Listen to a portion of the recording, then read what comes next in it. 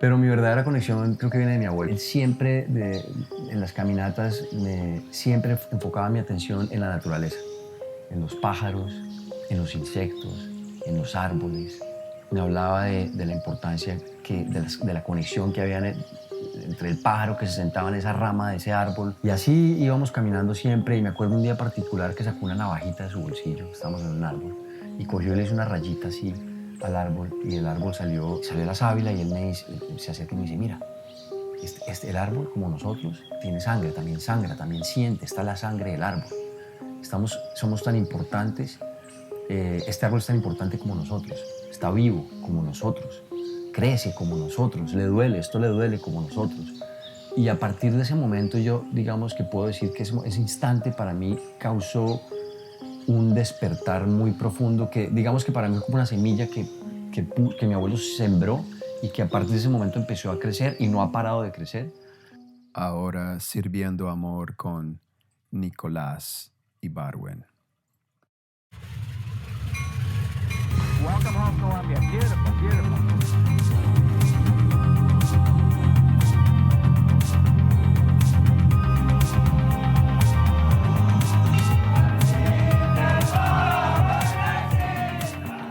Hola, namaste, welcome. Bienvenidos a un nuevo capítulo de Sirviendo Amor Ahora. Dedicamos este espacio para compartir con la gente que ha decidido usar su voz y talentos para elevar la conciencia colectiva y para servir amor. Una persona comprometida de corazón con el bienestar del planeta y con todos los seres que lo habitan. Nicolás es un ambientalista, además ganador de 2 premios Emmy en su papel como productor de documentales acerca del medio ambiente. También fue director y corresponsal de Fusion, la unidad de la cadena Univision, encargada específicamente de temas del medio ambiente, como cambios climáticos, especies en vía de extinción y más. Actualmente, Nicolás se dedica a producir contenido independiente con el mismo enfoque, temas ambientales. En nuestra charla de hoy aprendimos un poco del estado actual del planeta, pero más importante, conversamos acerca de las posibilidades de crear una nueva visión y cuáles podrían ser las soluciones que entre todos podemos crear para generar un nuevo mundo y para dejar un planeta sano y saludable para nuestros hijos. Espero que disfruten esta charla como la disfrutamos nosotros y también quiero darle las gracias a todos ustedes que nos están escuchando, que nos están acompañando, que nos están ayudando a servir amor. Así que sigan sirviendo amor como puedan y escuchemos nuestra conversación con Nicolás Ibarwen.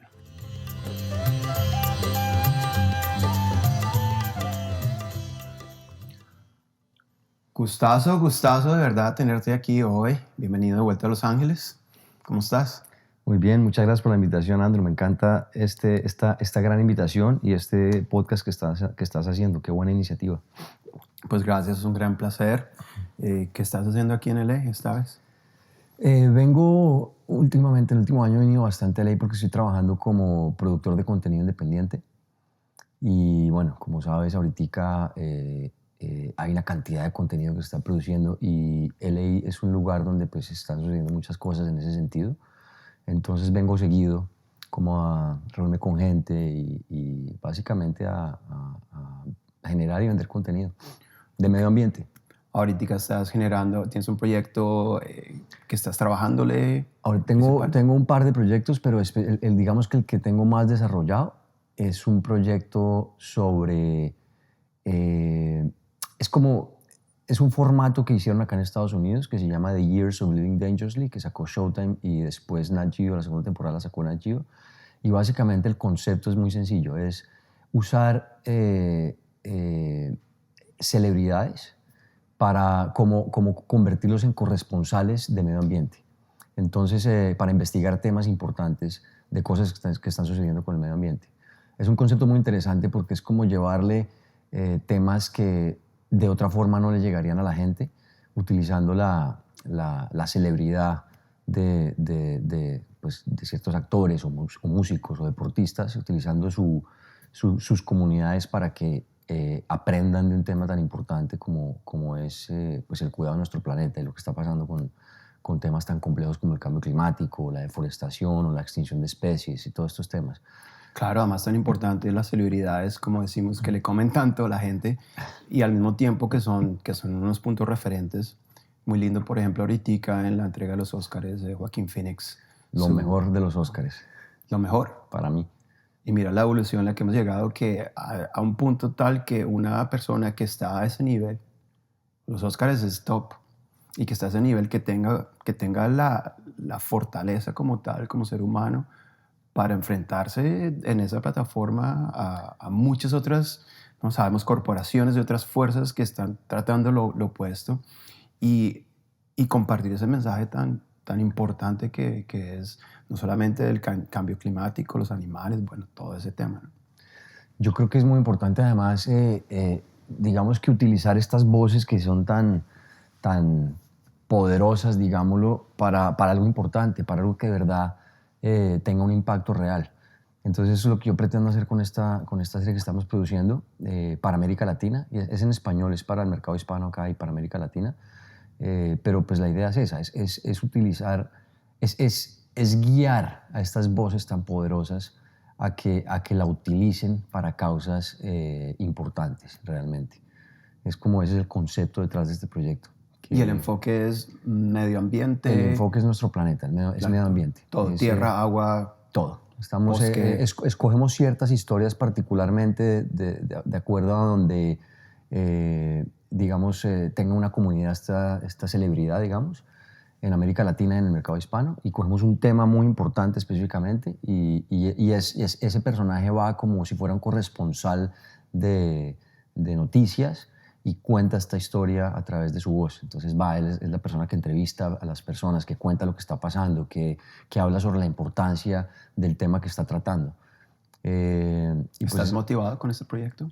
Muy motivado porque yo llevo haciendo contenido de medio ambiente mucho tiempo y uno de los grandes, digamos, que obstáculos que uno encuentra en el camino es que cuando vas a hablar de medio ambiente y haces un documental de medio ambiente o una historia de medio ambiente, generalmente la gente que lo oye o que lo escucha o que lo ve son personas que de alguna manera ya tienen un interés en el tema. Es mucho más difícil llegarle a personas que no, digamos que no naturalmente están interesadas en el tema. Y hoy, particularmente en los días en los que estamos viviendo en nuestra historia de la humanidad, es importante que este mensaje atraviese, o sea, llegue a todas las personas posibles en el mundo, porque necesitamos que todo el mundo sea parte del cambio. Necesitamos que mucha más gente entienda el problema y mucha más gente entienda el poder y la capacidad que tiene de tener un impacto positivo por nuestro propio bien, por nuestro propio futuro. Entonces estoy muy emocionado por eso, porque esta es una forma como de llevarle estos temas a personas que de otra manera tal vez nunca se interesarían por ver algo que tiene que ver con el cuidado del medio ambiente. Y ahora que nos cuentas de este proyecto y hablas de algo muy importante, el tiempo que estamos viviendo. El planeta tiene 4.5 billones de años, más o menos. Ahí 5, 4, 6, es mucho tiempo. Es mucho tiempo. Mucho tiempo. Estamos llegando a la 6ª extinción. O sea, son ciclos que se están repitiendo. Y como se dice, si no ponemos atención, si no cambiamos nuestra forma de pensar, nuestra forma de vivir, nuestra conciencia, vamos a repetir lo mismo. Es muy interesante lo que mencionas porque, a ver, yo creo que estamos viviendo un momento único en nuestra civilización, en la historia del hombre, del Homo sapiens. Es un momento, un periodo, una ventana de tiempo muy particular y muy única la que estamos viviendo ahorita. Como dices, el planeta ha pasado por 5 extinciones masivas, que básicamente significan que más o menos el 95% de la vida en el planeta se extingue, y son ciclos. Pero lo que tiene diferente esta extinción masiva a las anteriores es que por primera vez en la historia del planeta, los 4.5 billones de años más o menos, es que esta extinción masiva está siendo, digamos que, originada y liderada por una sola especie, que somos los humanos. Esto nunca antes había pasado en la historia de la humanidad, que una sola especie sea responsable por la pérdida del 95% de la vida del planeta. Entonces no tiene precedentes, esto es único. Y la gente se pregunta, porque la gente cuando piensa en extinción generalmente piensa en qué tristeza que se desaparezcan los osos polares y los tigres y los leones y los rinocerontes y los animales que tienen, digamos que, el carisma suficiente como para que les pongamos atención. Pero la verdad es que se están extinguiendo diariamente un número muy, muy, muy grande de especies, flora, fauna, etcétera, que ni siquiera conocemos. Y lo grave de todo esto es que el mundo, la vida, o sea, el planeta le ha tomado billones de años de tejer esta complejidad, el tejido de la vida. El tejido de la vida no lo tejimos los humanos. Es un proceso ya que ha tomado 4.5 billones de años en tejerse. Y cada pieza es fundamental, es importante. O sea, el planeta lleva 4.5 billones de años intentando aquí, intentando allá para hacer lo que mejor funciona. Y nosotros estamos cogiendo y borrando, tumbando así, digamos, las fichas del tablero sin entender muy bien qué papel juegan estas piezas. Yo lo veo como ¿sabes qué es el Jenga? Este juego de Jenga. Yo lo veo como estamos jugando Jenga, quitando un palito acá, un palito acá, un palito acá, sin saber en qué momento quitamos ese palito que hace que todo se derrumbe. Y es lo que yo creo que estamos haciendo ahorita nosotros con el planeta. Estamos jugando un juego muy peligroso que no entendemos y que puede tener causas devastadoras con nuestra propia existencia, porque una extinción masiva significa que el 95% de la vida mínimo desaparece y muy probablemente nosotros estamos incluidos en ese 95%. Si el humano desaparece mañana, en realidad el planeta no solo se beneficiaría. Si las hormigas, si las abejas desaparecen mañana, el planeta pasaría por una crisis mucho más compleja que si los humanos desaparecemos. Entonces, esa importancia que nosotros nos damos a nosotros mismos, valga la redundancia, yo creo que está un poco equivocada. Y es muy importante que entendamos que tenemos que volver a reconectarnos con el planeta y tenemos que volver a encontrar ese lugar, ese papel que jugamos nosotros los humanos como lo juegan otras especies, volver a reconectarnos ahí, porque si no nos reconectamos ahí, lo único que estamos siendo para el planeta es un virus más en un cuerpo enfermo que solo va a llevar a matar el medio que necesitamos para sobrevivir. Es que somos realmente la única especie. Gracias. La única especie que está fuera de sincronización con los ritmos naturales. La única especie. Y no sé si conoces este libro, me acuerdo de este libro, Ishmael, que es la historia, Totalmente. que es la historia de un gorila sí, que pone un aviso en el periódico sí, buscando a un pupilo, alguien para que aprenda, ¿no? Y al final del libro como tal, la pregunta, la incógnita es si mañana el hombre desaparece de ¿la Tierra va a sobrevivir? Si la Tierra desaparece mañana, el hombre va a poder sobrevivir. Y ahí nos da una pauta muy clara de que nosotros dependemos totalmente del ecosistema y que no somos podemos decir, la especie dominante como lo creemos. Llega un momento que nos sentimos como yo digo que está bien, yo digo que está mal y yo voy a controlar esto. Y estamos causando lo que estamos causando. O sea, no puedo decirlo mejor porque es absolutamente cierto. Estamos completamente desconectados de los ciclos naturales. Y eso, lo grave de todo esto no es que el planeta, yo no creo que tengamos la capacidad de destruir el planeta como tal, al 100%. El planeta va a florecer como ha florecido después de 5 extinciones masivas de vida. El problema es nuestra propia existencia, es la sobrevivencia del hombre, es el futuro tuyo, mío y de nuestros hijos. Y ahora vale la pena que volvamos a lo que te dije ahora de la... Que por cierto, ahora podemos hablar podemos hablar ahora con un poquito más de propiedad del tema de los hijos, porque los dos, tanto tú como yo, somos nuevos padres. Absolutamente. Tú tienes un poquito más adelante, pero yo ya entré en ese mundo y eso le cambia a uno totalmente no sé si te pasó, pero a mí me cambió la relación con la vida y la relación con este planeta. A mí no solamente el hecho de que mi hijo haya nacido me cambió absolutamente la relación con este planeta, sino que desde el momento que yo empecé a pensar en hijos, ya me cambió la película de tal forma que yo no iba a tener hijos. No, precisamente por eso, precisamente porque desafortunadamente cuando estás metido de la forma en que yo estoy metido con el tema del medio ambiente y con el tema de la conservación y con el tema del estado del planeta, eh, la decisión de tener hijos es muy difícil porque sabes el problema en el que estamos, sabes la crisis que vamos a enfrentar y que estamos enfrentando.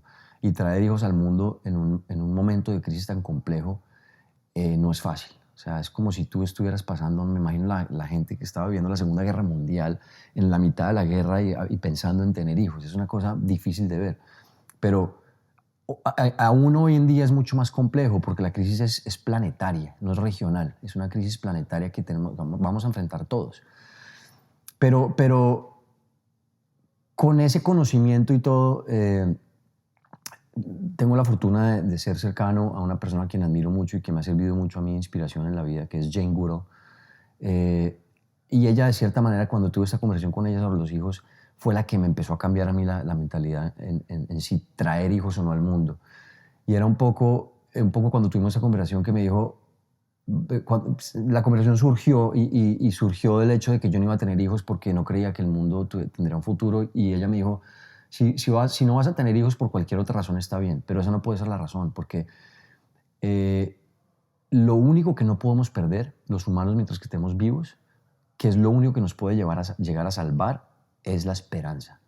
Si uno pierde la esperanza, si perdemos la esperanza en nosotros mismos, si perdemos la esperanza en nuestro potencial como especie de poder, digamos, sobrepasar esta crisis, estamos perdidos desde antes de empezar. Claro, es que si no hay fe, también esa palabra fe, que también puede ser un poquito riesgosa porque se puede ir a ciertos lugares, pero si no hay fe y no hay esperanza, así como dice mi hermano, apague y vámonos, porque ¿para qué seguimos? Exactamente. Entonces sí, y yo creo también que es muy importante, digamos, lo que estamos haciendo acá, sentándonos tú y yo a conversar de estos temas, lo que estamos haciendo con nuestras vidas, estamos aportando un poco hacia el bien de todos y del planeta, porque creemos 100% tenemos esa fe y esa esperanza que las cosas pueden cambiar, o por lo menos que podemos traer un poquito de luz en el tiempo que estamos acá, que es muy corto, o sea, 40, 50, 60 años, pero que podemos contribuir. Y no solamente es muy corto lo que tú dices, es verdad, pero también lo que hablábamos antes, es un momento crítico en la historia de la humanidad. Nunca antes el ser humano había estado en un momento en el que tiene tanto poder sobre su propio destino como ahora, porque lo que hagamos en los próximos 10 o 15 años va a definir lo que pasa en los siguientes 100.000 años para nuestra especie.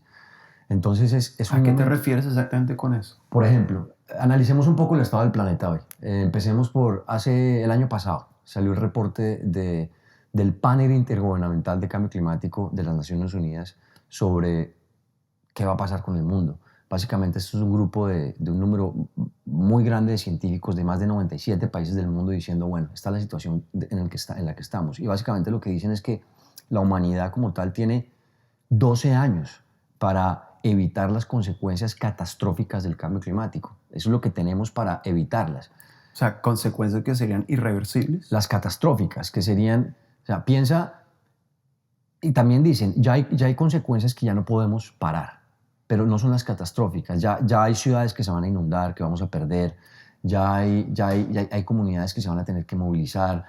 Consecuencias catastróficas como los refugiados ya no en los cientos de miles, sino en los millones, cuando ya empiece a escasear el alimento, cuando empecemos a las naciones que tienen todo este poderío militar de verdad empezar a tener que defender recursos para sus ciudadanos, ya vamos a empezar a ver cosas que hasta ahora nosotros no hemos visto ni hemos sido testigos, que va a ser un mundo así si no actuamos en los próximos 10 años, nos quedan más o menos. Entonces, esa ventana que tenemos ahorita es única en la historia de nuestro futuro. O sea, ninguna otra generación antes que nosotros ha tenido esta oportunidad.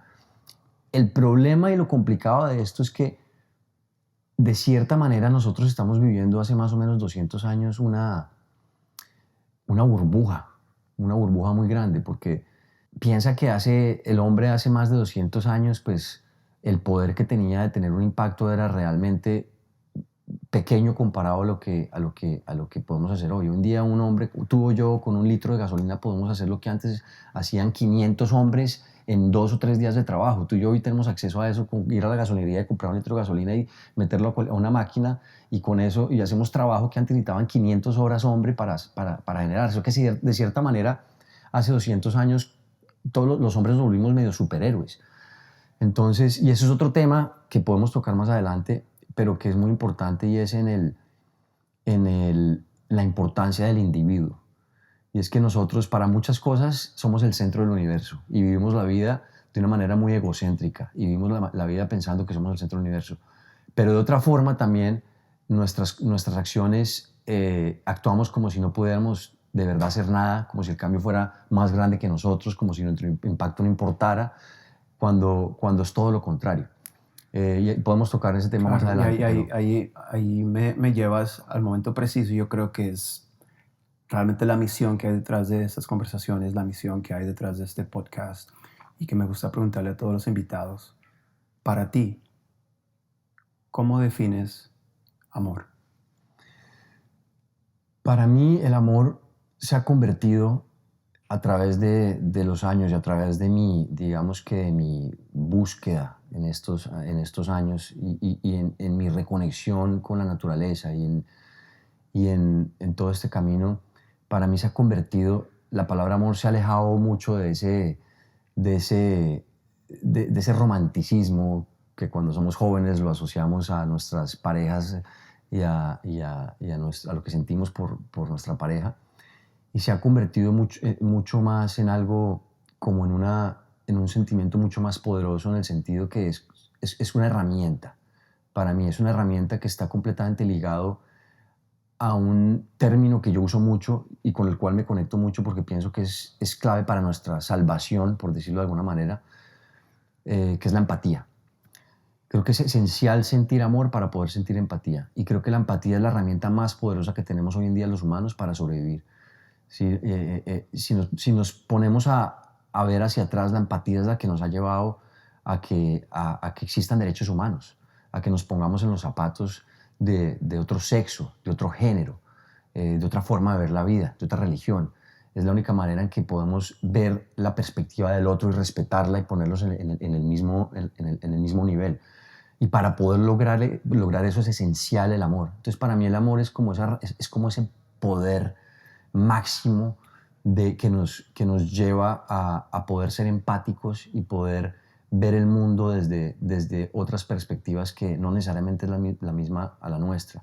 Y creo que el siguiente nivel en cuanto a, digamos, civilizaciones es llevar ese amor y esa empatía a lo que sigue, que es ya no solamente sentir empatía, ver bajo los ojos de otros seres humanos, sino que ahora tenemos que extender esto a otras especies, a cómo tratamos las otras especies que comparten este planeta con nosotros, porque juegan un papel tan importante que todavía no entendemos ni siquiera, para que nosotros podamos tener la vida que tenemos, para que los sistemas produzcan el oxígeno que necesitamos, la comida que cultivamos, el agua que tomamos, el clima que disfrutamos. Entonces creo que es esencial que llevemos ese nivel de amor y de empatía hacia poder ver la perspectiva de otras especies. Y no solamente de otras especies, sino incluidos animales, pero también vegetales, incluido el planeta, incluido las selvas, incluido muchas cosas que todavía vemos como muy... nosotros todavía tenemos este sentido de ver las cosas desde un punto de vista utilitario, qué valor cómo podemos usar todo lo que está a nuestro alcance, y tenemos que alejarnos de ahí. Y creo que la única forma es a través del amor y de la empatía. El amor y la empatía. En una generación como la de nosotros, donde todavía existía, yo creo que fuimos de las primeras generaciones que tuvimos un poco más de apertura mental, de conocimiento global, que tomamos decisiones un poco más arriesgadas de lo cotidiano, de lo que venía siendo doctor, ingeniero, médico, abogado. ¿De dónde sale este tema del ambiente? ¿De dónde viene esta? ¿Fue algo que ya desde el principio sabías que ibas a dirigir tu vida hacia ese lugar? ¿De dónde viene esto? A ver, te cuento una historia ahí, porque tiene que ver mucho con mi vida personal. De cierta manera, o sea, yo nací en Bogotá, en un lugar donde naciste tú, que es un lugar que, digamos que particularmente no es que tengamos una cultura que esté muy conectada a nuestro medio ambiente, aparte de simplemente ir a pasear, digamos, los fines de semana a lugares A que son más potrerear. a potrerear. A potrerear. Echemos potrero. Echemos potrero, vamos a respirar A ahí. Lechona y a la ternera la llanera, papita criolla. Exactamente, que no es muy ambiental, Sí. pero ya hablaremos de eso.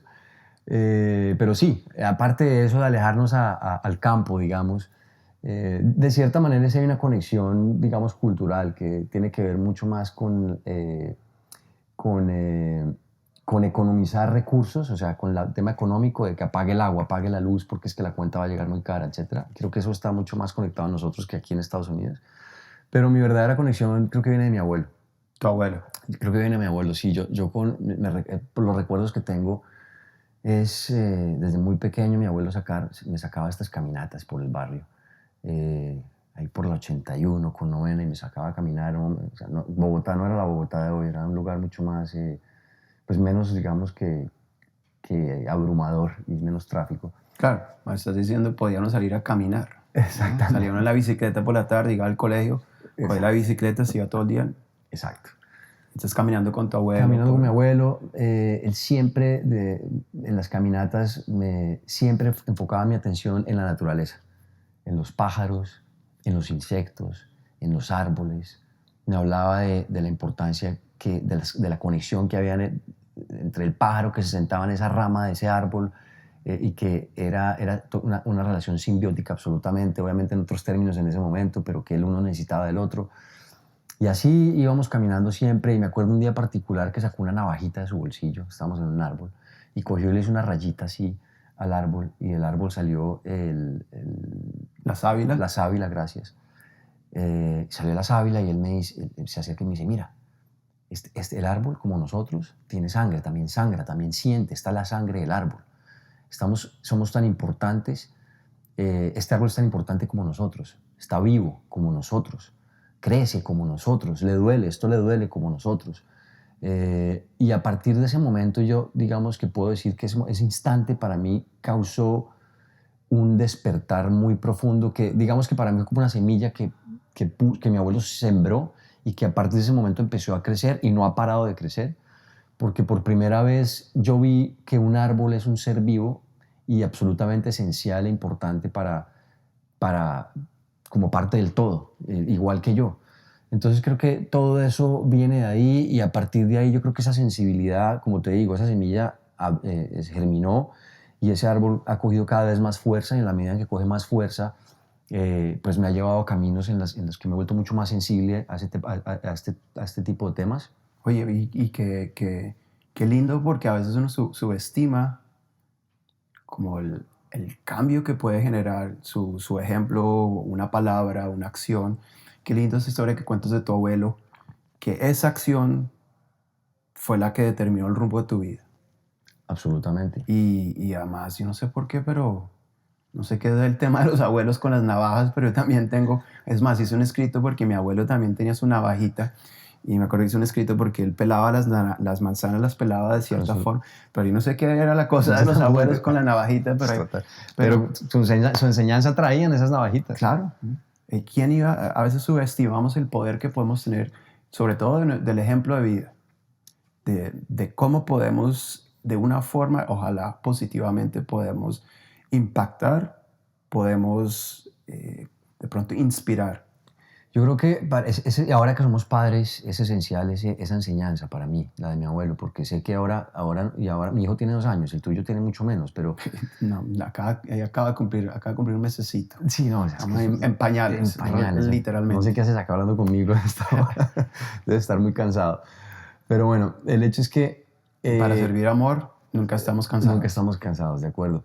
A lo que voy es que ese ejemplo, esa imagen con mi abuelo y ese recuerdo con mi abuelo siempre la tengo presente con mi hijo, porque sé que cada momento ahora son como unas esponjas que absorben todo, entonces cada palabra, cada acción, cada intento de comunicación lo están absorbiendo absolutamente todo el tiempo. y tú no sabes en qué momento lo vas a influenciar o impactar positivo o negativamente. Entonces uno me ha mantenido muy, digamos que muy despierto. Y no solamente, bueno, a nivel hijos también, pero también me he dado cuenta que con las personas adultas también funciona.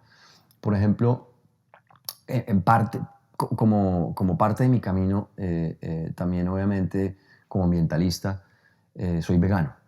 Y al principio, en mi camino del veganismo, yo era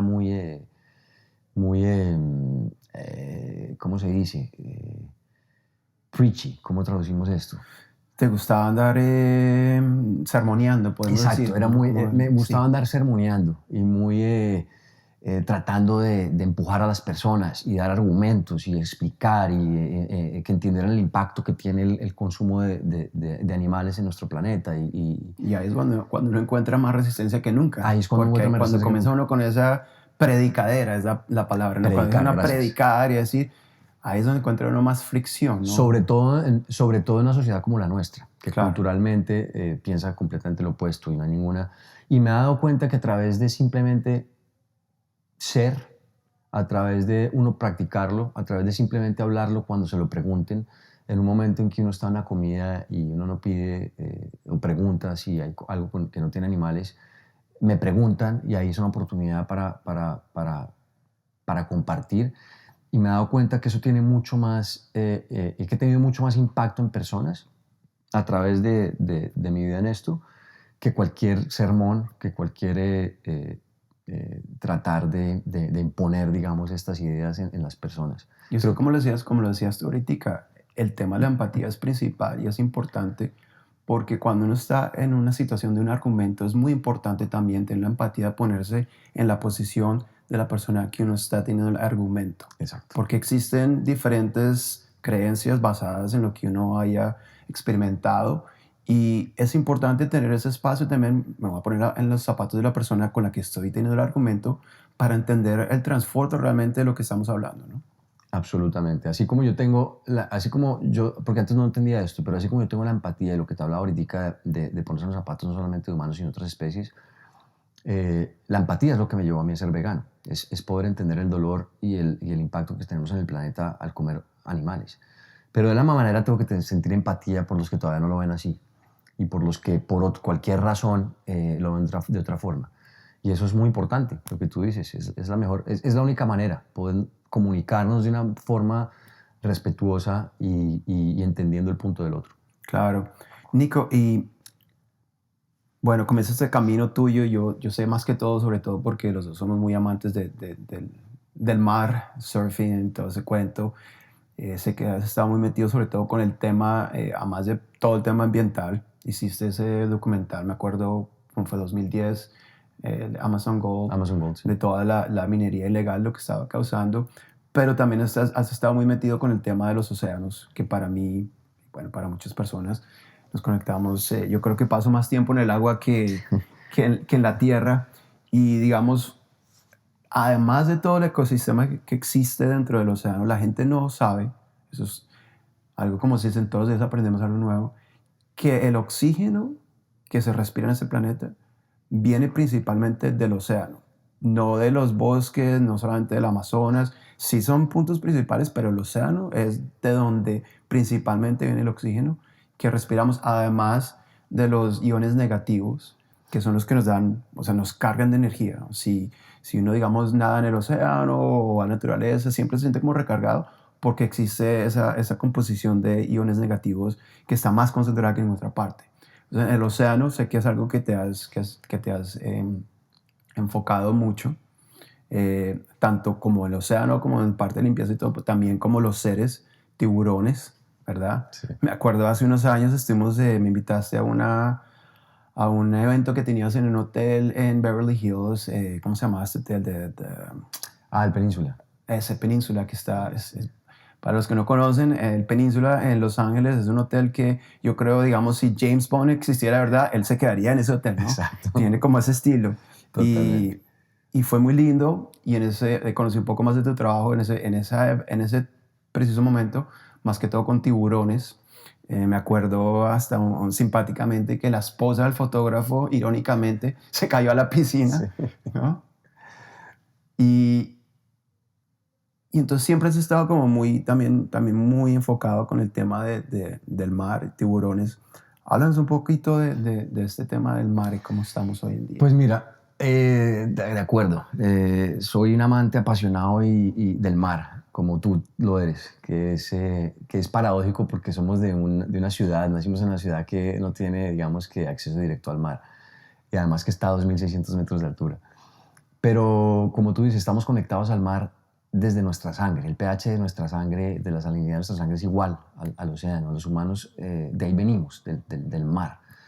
Y como dice, también he sido muy afortunado en mi vida de conocer personas muy apasionadas con estos temas y he tenido una cantidad, y eso también me ha llevado no solamente a vivir experiencias maravillosas en el mar y a conocer sus criaturas de una forma mucho más íntima, sino que también me ha llevado a entender mucho mejor y a conocer mucho mejor.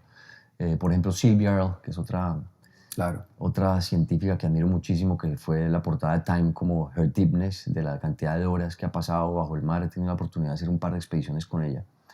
Y con Enric Sala también, que es el que maneja Pristine Seas en National Geographic. Y bueno, Rob Stewart, que fue el que desafortunadamente, gran amigo, que murió haciendo su segundo documental, que tuvo fue una influencia muy grande en mí a través de su primer documental que se llama Sharkwater. Entonces, he tenido la oportunidad, digamos, a través de mi vida de compartir con muchas personas y de conocer, digamos, desde un punto mucho más científico, digamos, la importancia del mar y entender que la base de la vida es el mar. La vida no puede existir en el planeta Tierra sin el mar. Es nuestro soporte de vida y es lo que no entendemos. Y no desde el punto de vista utilitario como lo vemos los humanos, de que provee el 90 o 80% del alimento que se consume, directa o indirectamente. Como tú dices, el 80% del oxígeno viene del mar a través del plancton, del zooplancton, del fitoplancton, perdón, sino que el mar regula el clima, por ejemplo. Todos los ciclos de clima de la Tierra dependen del mar. Entonces, nuestra vida depende directamente del mar. Entonces, para mí, eso ha sido completamente, digamos que una guía en mi vida. El mar para mí se convirtió como en el foco y centro de mi vida. Y en la medida en que más tuve oportunidad de ir, conocer a estas personas, hablar con ellas y empezar a hacer expediciones y a conocer el mar. Y en ese proceso, digamos que descubrí los tiburones. De otra forma. Un paréntesis ahí, Nico. Cuando hablas de toda esa cantidad de personas que has tenido la oportunidad de compartir, gente que ha dedicado su vida enteramente al mar, y a compartir, y a estudiar, y investigar.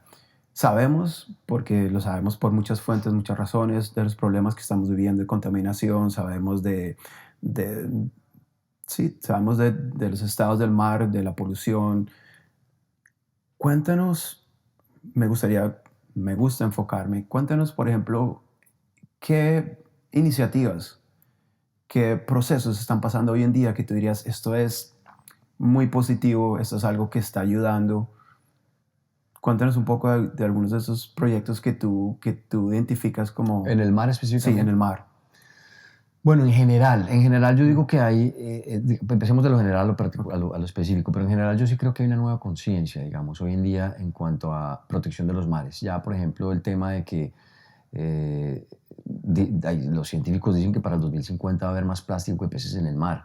Y el tema de que el año antepasado, 2015 creo que fue, el 50% de los corales se murieron prácticamente. La barrera de coral de Australia, el 50% de la barrera básicamente se murió. ¿Y eso es a raíz de qué? Más que todo el calentamiento global, la acidificación del océano, que tiene que ver con el hecho de que el mar ahora está absorbiendo más dióxido de carbono de lo que puede absorber, y eso hace que la acidificación del mar incremente. Y además por calor puro. Hay corales que simplemente a cierta temperatura se mueren. Y lo que hace un océano más acídico es que les vuelve mucho más difícil a los animales que necesitan hacer conchas para vivir, incluidos los corales, que se dificulte porque simplemente la acidificación del mar las desintegra. Entonces tiene que ver con, otra vez, el impacto nuestro en el planeta en muchos niveles. Entonces pienso que sí hay una conciencia mucho más grande sobre el tema y pienso que hay unas iniciativas interesantes ocurriendo. Es más, por ejemplo, hay un joven que no tendrá, creo que 17, 18 años, que está en este proceso de limpiar los océanos y de verdad se inventó un método ahorita que están sacando plástico del mar como nunca antes, digamos, que había salido. Ahora, digamos que cada vez hay iniciativas muy importantes a nivel gobierno de proteger áreas gigantes del mar. Entonces, digamos que la conservación del mar ahora, por ejemplo, como parte de los Sustainable Development Goals de las Naciones Unidas, por primera vez se está hablando de proteger los mares, porque es que el tema con el océano antes de eso es que es como la tragedia de los comunes, es de todos pero no es de nadie. Entonces nos beneficia a todos, pero en realidad nadie es responsable de lo que pasa en los mares.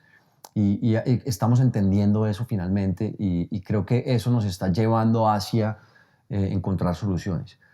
Pero desafortunadamente yo creo que todavía no estamos ni haciéndolo a la velocidad y escala que necesitamos hacerlo. Y creo que tenemos que hacer mucho más de lo que estamos haciendo, tanto a nivel personal, desde nivel personal hasta nivel gobierno y a nivel pues, países, corporaciones, etc.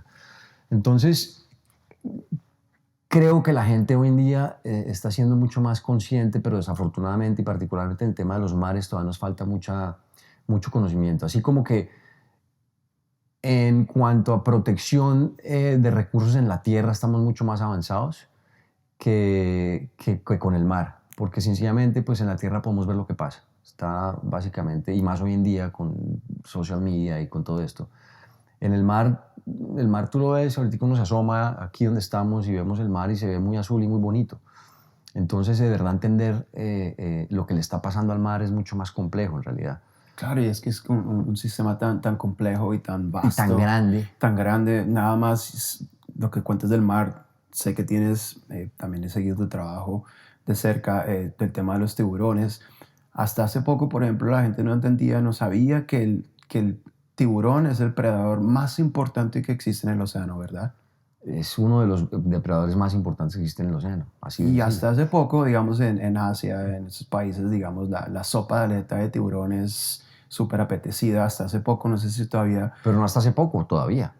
Sí. Sí. Y hace poco vendía, me acuerdo, pastillas de cartílago de tiburón aquí en los Estados Unidos, en los grandes supermercados. CVS, Walgreens, hasta Whole Foods en un momento tuvo. Yo hice un documental sobre las cartílagos de pastillas de tiburón que gracias a ese documental pararon de vender pastillas de cartílago de tiburón en tiendas como Walgreens y CVS. Gracias a ese documental. Entonces, pues en ese sentido, digamos que puedo decir que un documental tuvo algo de impacto en la salud del mar a través de los tiburones. Sin embargo, pues que también es una buena noticia. O sea, ya... Claro, y desafortunadamente... Yo creo, no sé si estaré errado en esto, pero digamos desde esa época de tiburón, de Jaws, de Hollywood, ese tema de los tiburones, pues desafortunadamente nos vendieron esta idea que los tiburones son un monstruo, que hay que acabarlos. No me imagino ni siquiera las cifras de hoy en día de los tiburones de extinción, de cuántos nos quedan, de qué quedan. Matamos 100 millones de tiburones todos los años. 100 millones. Hemos acabado más o menos con el 90% de las poblaciones de tiburones del mundo. Y tenemos que parar, porque, o sea, cuando uno quita un depredador tope de un ecosistema, todo el ecosistema cambia, todo el ecosistema se deteriora. Y debajo del mar se ve muy bien. Cuando vas a sitios que todavía están, digamos que, bien cuidados, los arrecifes donde hay tiburones están llenos de vida. Desde el tiburón hasta la forma más pequeña de vida la encuentras en una arrecife, llenos de color, de vida, de acción. Cuando vas a un arrecife donde ya no hay tiburones, el arrecife está prácticamente destruido, o sea, muy poca vida, muy poca variedad de corales, muy poco color, muy poco... Entonces, es muy importante entender la importancia de un depredador tope en un ecosistema. Yo, por ejemplo, con los tiburones, mi relación con los tiburones fue a través de Jaws. Yo imagino que la tuya también. Yo me moría del susto con los tiburones sin conocer mucho de ellos. Entonces para mí fue muy interesante empezar a conocer los tiburones de otra perspectiva.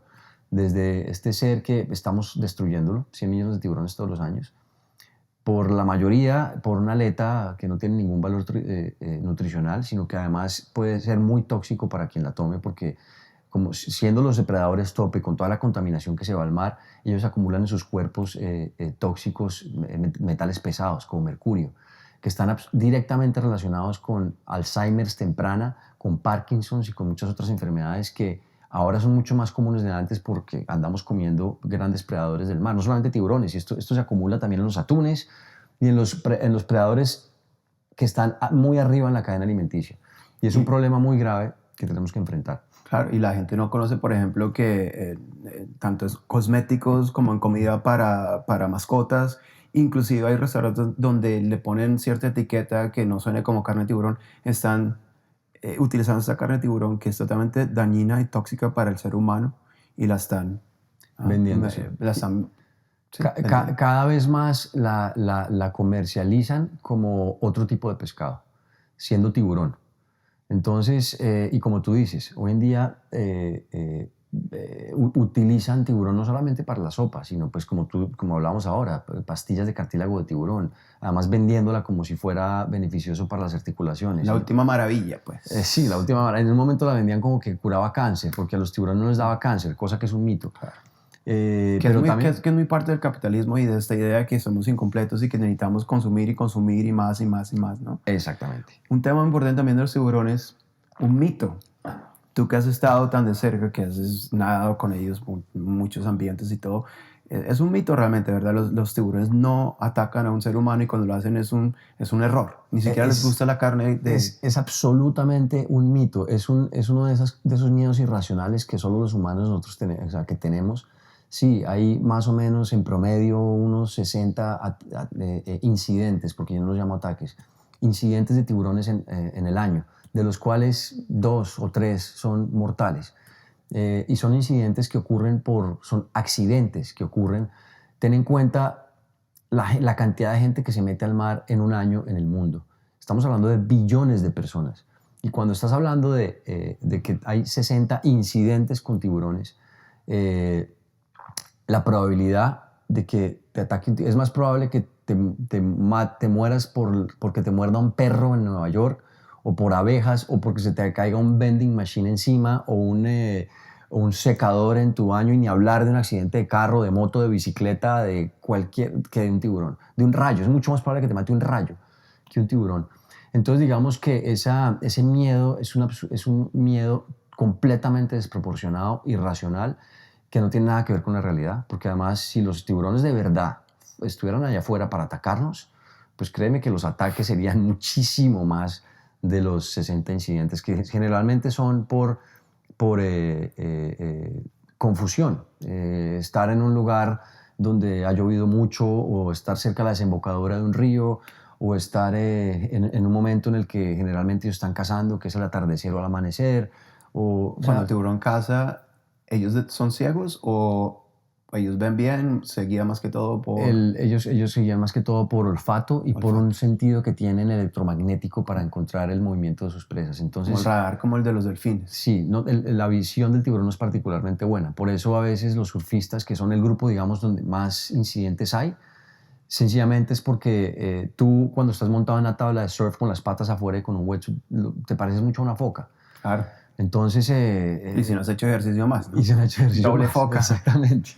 Entonces, digamos, y además que los tiburones que comen focas generalmente son tiburones que son más grandes, son especies como los tiburones tigre, los blancos, los toro a veces. Entonces ellos van a inspeccionar, y su primera inspección, ellos antes de hacer un ataque primero inspeccionan, que es lo que se llama una mordida de inspección.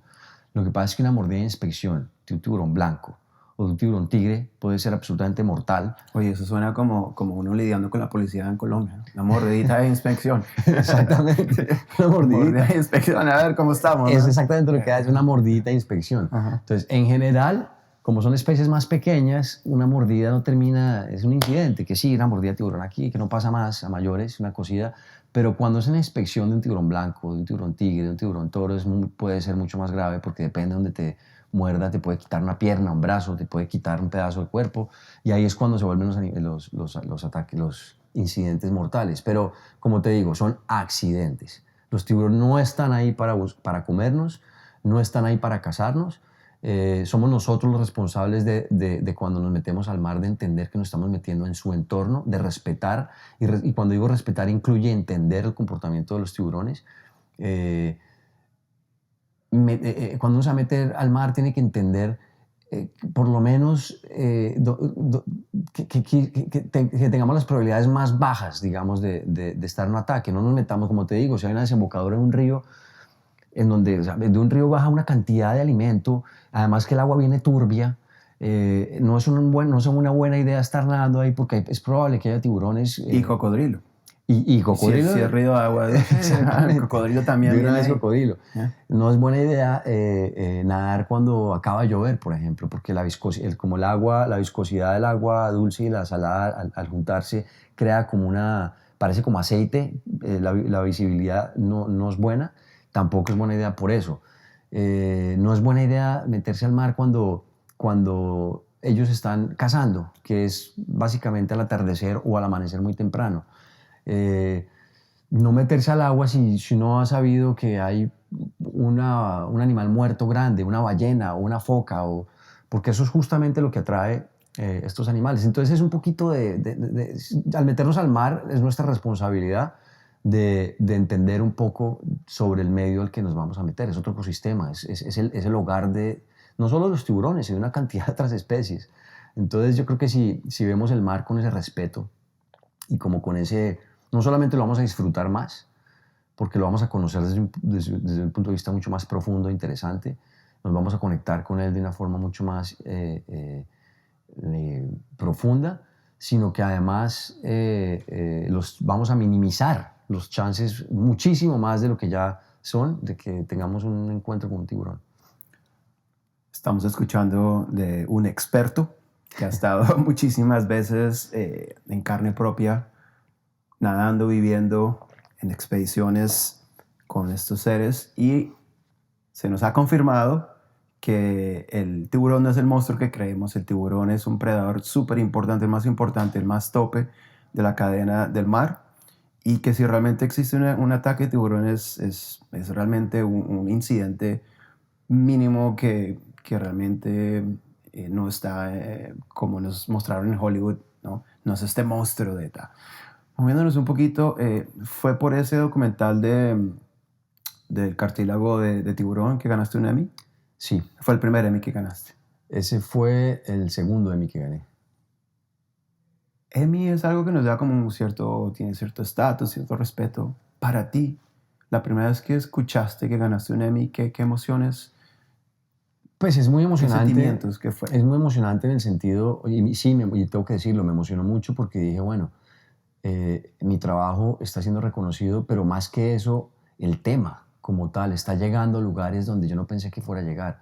Y para mí es muy importante, más que el reconocimiento personal, el hecho de que se reconozca que estos temas tienen el potencial de ganar premios tan importantes como los Emmys, que generalmente pues se lo ganan otro tipo de temas, pero ya para mí fue muy, muy revelador, muy importante que estos temas estén generando la atención suficiente para eso. Entonces, para mí eso me emocionó muchísimo, me dio, digamos, que más esperanza y me incentivó muchísimo a seguir haciéndolo. Como decía un yogi flaquito, calvito que camina en esta tierra, tenemos que ser el cambio que queremos ver en el mundo. En ese tema ambiental, en ese tema de extinción, en ese tema de apatía, nada de eso se va a dar a no ser que exista un cambio interno, que comencemos a cambiar nuestra conciencia, que comencemos a comenzar nuestra calidad de vida, que comencemos a cambiar la relación que tenemos con el planeta y la relación que tenemos uno con el otro. Tú, por ejemplo, ¿qué cultivas en tu vida para crear ese cambio personal? Buenísima pregunta. Primero, y creo que es muy importante, lo que tú dices es absolutamente fundamental, y es el tema de que, o sea, me adhiero completamente a esta frase de Gandhi porque creo que no vamos a poder llegar a ninguna parte si no comenzamos la transformación por nosotros mismos. Y esa es la razón por la que yo creo que es importante ser consecuente.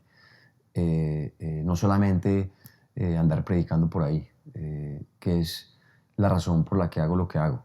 Y trato de ser lo más consecuente en mi vida en lo posible, porque es difícil, no es fácil, porque además nacimos en una cultura en el medio del capitalismo desmesurado, consumismo a tope. Lo que te digo, nacimos en esta burbuja de hace 200 años, desde que empezó la revolución industrial, desde que descubrimos los combustibles fósiles que nos dio este superpoder, que estamos como niños chiquitos simplemente nadando en este poder que tenemos sin darnos cuenta de las consecuencias que está teniendo. Entonces para mí es muy importante cultivar eso, cultivar dentro de mí el hecho de que tengo que entender la responsabilidad de mis actos, entender el poder que tengo yo como individuo y como ser humano de impactar no solamente el planeta, sino a todas las personas con las que interactúo diariamente. Entender que ese poder no es cualquier poder. Y no estoy hablando de mí como Nicolás Ibargüen, estoy hablando de cualquier ser humano. El poder que todos en este momento tenemos de tener un impacto positivo o negativo. Y el poder es inmenso. El poder que tenemos de cambiar las cosas, de cambiar la dirección en que estamos viviendo la vida. Al final del día, los grandes cambios que ha tenido la humanidad siempre empiezan por un individuo, un grupo de individuos. Y no se nos puede olvidar que al fin y al cabo el capitalismo no es sino un grupo de individuos que está de acuerdo en un sistema. Entonces yo cultivo mucho eso dentro de mí, de entender el poder del individuo, el poder que cada uno de nosotros tenemos de ser un agente de cambio. ¿Y cómo lo cultivas? Porque es muy fácil decir, está pasando esto, está pasando lo otro, no hagas esto, cambia tu manera de ser, cambia tu manera de pensar, conecta. Es muy fácil decirlo. Y en una parte racional, una parte superficial es muy fácil entenderlo, pero hay una parte profunda, arraigada, que es el hábito que se ha desarrollado de la repetición de ciertas creencias, de cierto pensamiento. ¿Cómo tú como persona cultivas, cómo destruyes esos hábitos y construyes nuevos hábitos? Yo creo que, bueno, yo creo que es esencial recurrir un poco a volver a escucharnos, a tratar aunque sea por unos momentos en el día, alejarnos del ruido del mundo de hoy, a través de lo que uno quiera, yo particularmente uso el yoga y el ejercicio en general, porque no solamente el yoga, para tener esos momentos en los que estoy desconectado del mundo que vivimos. Eso como, digamos, prácticas fundamentales para mantener la sanidad en este mundo de confusión. O sea, diariamente tienes una práctica de yoga en la que tomas un tiempo para estar en silencio, en quietud, conectado. Eso es unas principalmente. Si no es haciendo yoga, porque no todos los días hago yoga, es montando bicicleta, es caminando, es nadando en el mar o nadando, así sea en la piscina, donde sea. Oye, y te pregunto porque es algo muy común cuando dices hacer yoga, ¿a qué te refieres hacer yoga? Para mí hacer yoga, que puede llegar a ser muy diferente porque es como tú eres un maestro de yoga. Yo practico yoga porque para mí es el momento en el que logro poner mi mente absolutamente en silencio y de cierta manera conectar todo mi cuerpo físico a otro plano que no lo puedo hacer sino en el momento de yoga.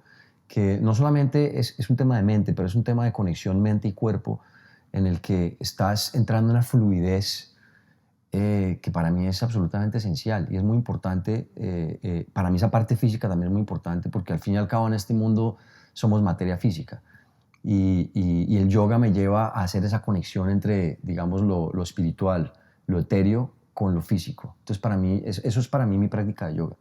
Claro, y es que eso es clave lo que tú dices, porque los grandes maestros, los grandes avatars, ya de hace muchísimos años que su generosidad nos dio estas pautas, estas instrucciones para esta tecnología del yoga, nos decían, para poder entender el medio ambiente, para poder entender el planeta, para poder entender el universo, simplemente dirige tu mente hacia la parte interna, conecta con tu universo interno, conecta con tu espacio interior en quietud y en silencio, porque en ese proceso vas a entender el todo. Es fundamental tener un tipo de práctica como el que dices, porque de alguna manera intuitivamente uno empieza a ver el mundo poco a poco, y así sea al principio imperceptible, pero empieza uno a ver el mundo diferente. Además que también yo creo que el ser humano hoy en día, como estamos viviendo a un muy bajo nivel de nuestro potencial.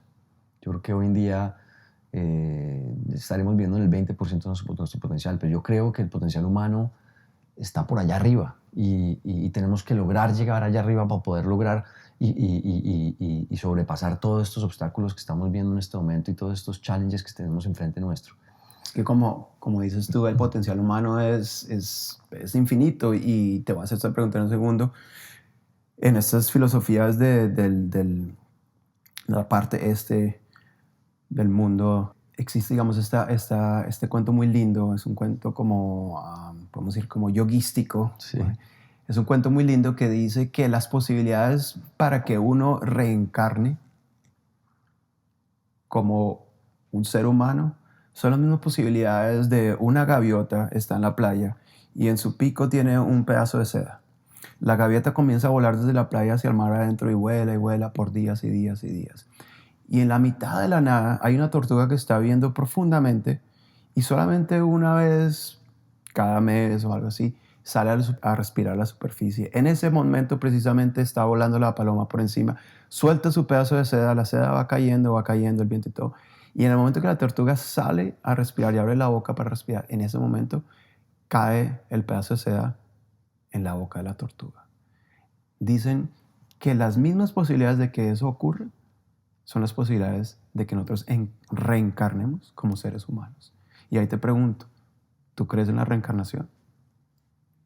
Sí, creo en la reencarnación de una forma, como lo dices tú, no necesariamente, yo no creo que reencarnemos en seres humanos, y por eso digo, para mí el plano, y esto puede sonar muy controversial, pero... Ojalá, para eso estamos, sí.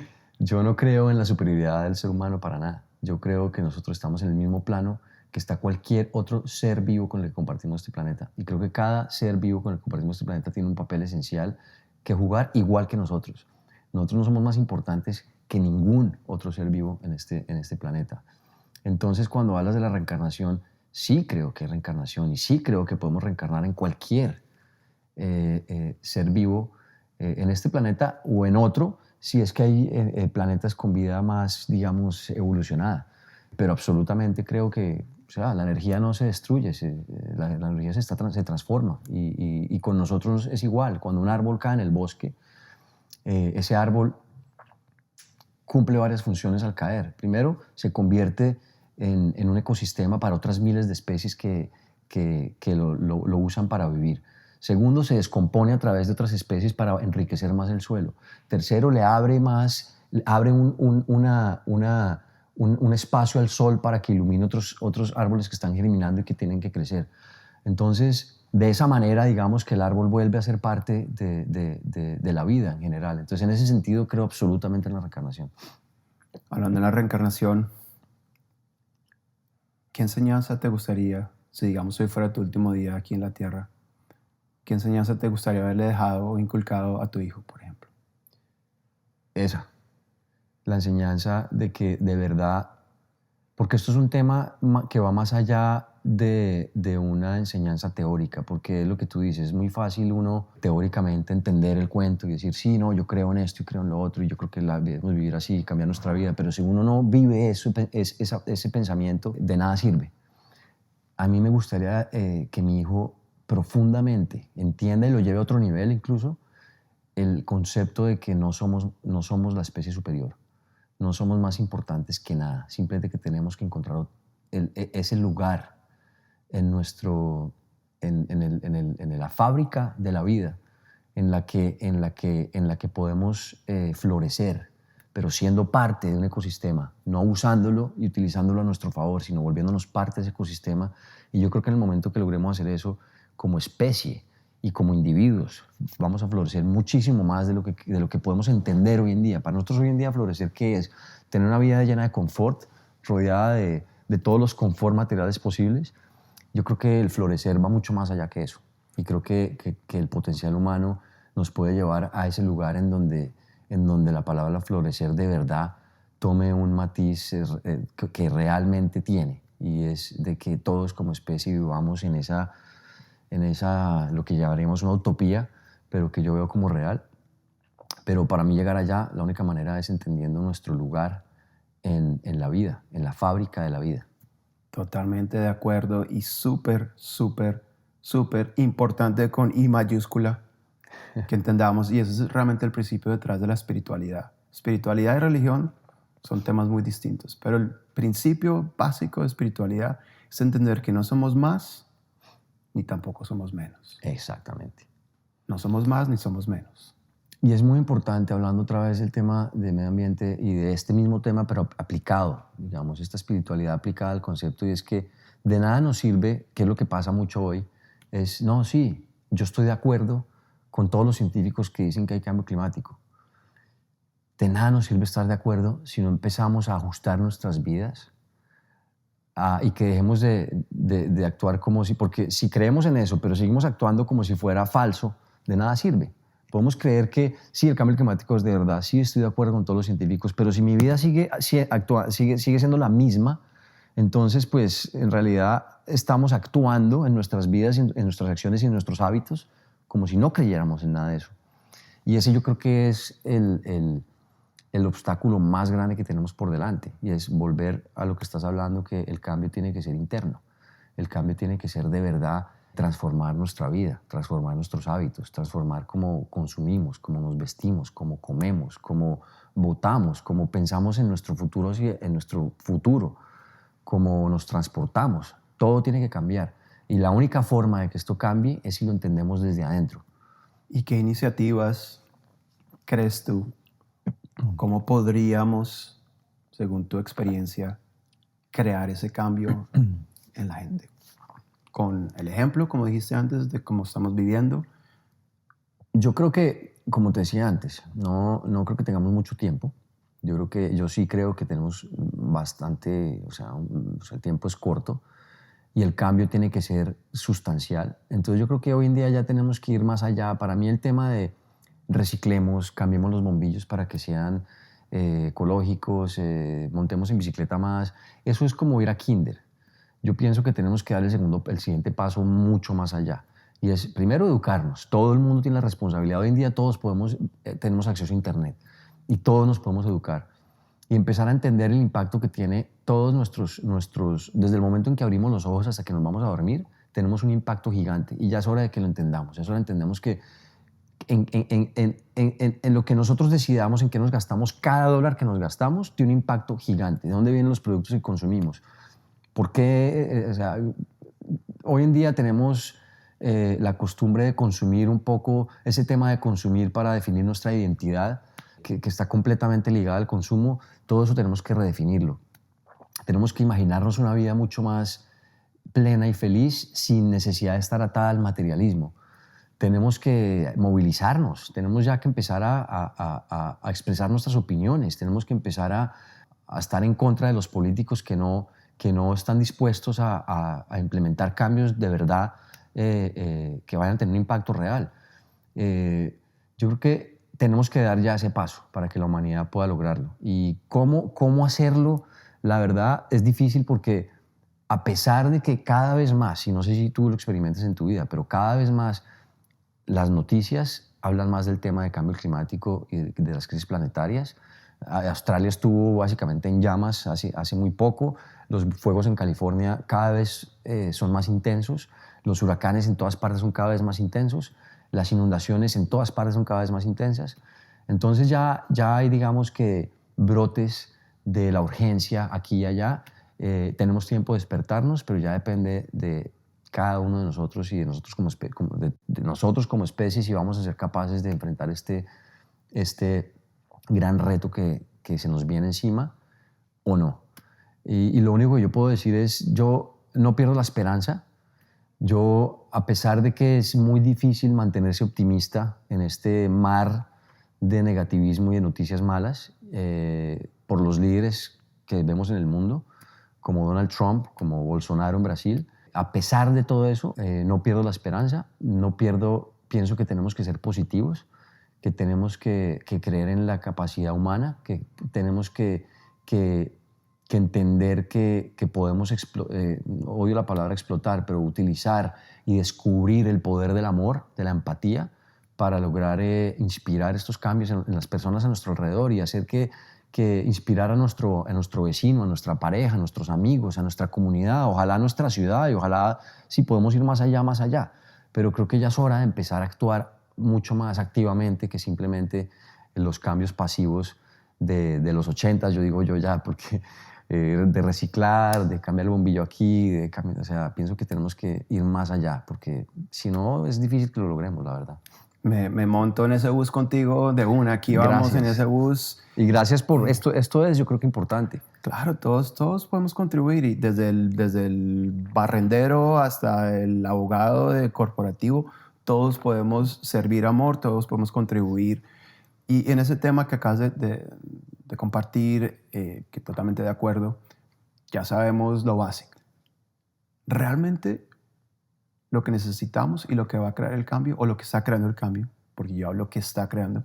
Como tú, yo soy muy positivo, yo no miro noticias, no estoy en ese mundo metido, me informo, pero miro hacia adentro, hacia donde encuentro esa conexión con el todo, hacia donde sé que existe amor, existe bondad, existe la posibilidad, existe la esperanza y la fe.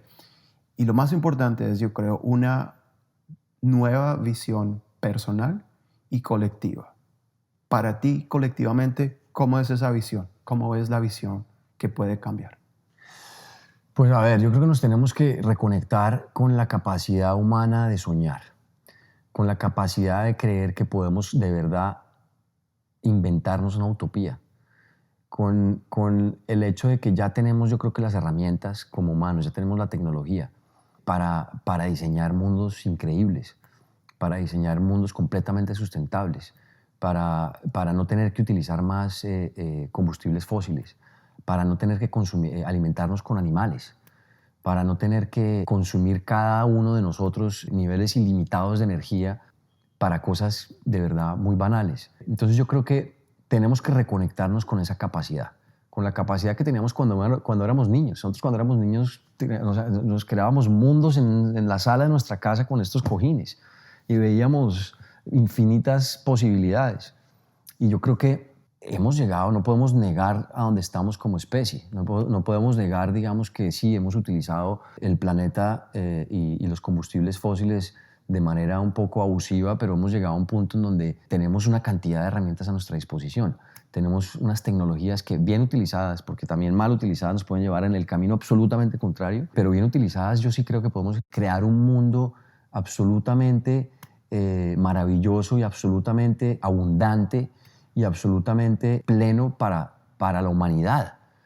Si nos despegamos un poco de esa avaricia, de ese egocentrismo, de esa codicia, de ese capitalismo extremista, de ese consumismo destructivo, yo sí creo que colectivamente ahí es donde tenemos que llegar si queremos lograrlo como especie. Hay, por ejemplo, hay un científico que Federico Fermi, que tiene una teoría, que es la teoría de Fermi, la paradoja de Fermi, que tiene que ver con que no hemos encontrado vida inteligente en el planeta porque simplemente existe un gran filtro.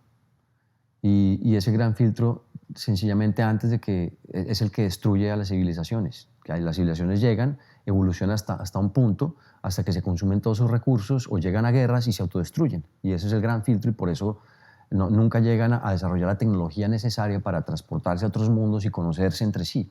Y de ahí basaron y escribieron posiblemente el script de Avatar, de la película. Exactamente. Y tú le diste ahí en el clavo con hoy en día los demonios que estamos realmente, las fuerzas que estamos teniendo que combatir, y yo creo que los principales causantes del estado donde estamos, tú diste en el clavo con es avaricia, ¿sí? Este materialismo, ese capitalismo, esta idea de que todo se va a ver un producto y cuánto vamos a ganar y cuánto para mí, esa avaricia y esa, ¿cuál es la otra palabra? Egocentrismo. Como egocentrismo, greed. Sí. Sí. Es eso, ¿no? Es no tener una conciencia global, no tener una conexión con el todo y saber que mis acciones directamente, y eso es el karma, directamente tiene una repercusión en todo el entorno. Nosotros somos animales sociales y no podemos pensar tan individualistas porque nuestra naturaleza ni siquiera es esa. Nosotros tenemos que volver a pensar en sociedad, volver a pensar, sí, lo que es bueno para mí, pero qué es bueno para mi sociedad. Y yo creo que en el camino, ¿quién no quiere vivir en una ciudad que todos salgamos a respirar y sea un aire absolutamente limpio y puro, donde haya más zonas verdes para disfrutar, donde haya más agua limpia para tomar, donde haya más posibilidades de sembrar alimento? ¿Quién no quiere vivir en un mundo así? Y es ahí donde haciendo estos cambios podemos llegar. O sea, que al final del día este tema de que todo el mundo dice, sí, es que vamos a tener que hacer muchos sacrificios para que el planeta, el cambio climático y todo, al final del día todos esos sacrificios nos van a terminar beneficiando a todos como humanidad, como civilización, como especie. Y yo creo que esa es mi visión, digamos, por más utópica que suene, pero es la única que yo creo que nos puede llevar a cruzar ese gran filtro de esta paradoja, a que podamos llegar y utilizar toda nuestra innovación, nuestra ingenuidad, nuestra capacidad, nuestro potencial, no en inventar armas, ni inventar más formas de consumir, sino en ver a ver cómo podemos todos como especie mejorar nuestra vida. Y creo que si logramos hacer eso, nuestra tecnología va a seguir avanzando y va a llegar a lugares en los que de verdad podremos, incluso, como dices, visitar otros mundos y infinidad de posibilidades infinitas. Y como tú lo dices, antes de pensar en que va a cambiar el mundo y que va a limpiar todos los océanos y que voy a salvar el Amazonas, podemos comenzar con acciones mínimas y simples en nuestro entorno más cercano. Puede ser ya sea con nuestra familia, nuestro lugar de trabajo, en el barrio que vivimos, en la ciudad. Podemos comenzar con simples acciones que van a llevar a ese cambio y a esa visión que queremos todos vivir. Dentro de tus principales guías, ¿quién puedes nombrar y resume una enseñanza que, mejor dicho, es como un mantra que sigues en tu vida?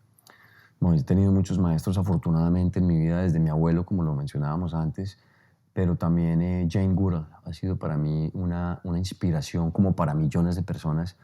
Pero pues yo he sido muy afortunado en que pues logré, digamos, crear una relación con ella y tuve la oportunidad de estar con ella una semana entera en Gombe, en Tanzania, que es un lugar donde ella hizo todo el estudio con chimpancés, y estuvimos una semana ella y yo solos. Para los que no la conocen, están escuchando, es la señora, la viejita que ve uno hoy en día, la principal, la dura con el tema sobre todo de los chimpancés. Los chimpancés. Exacto. Y ella y Sylvia Earle también.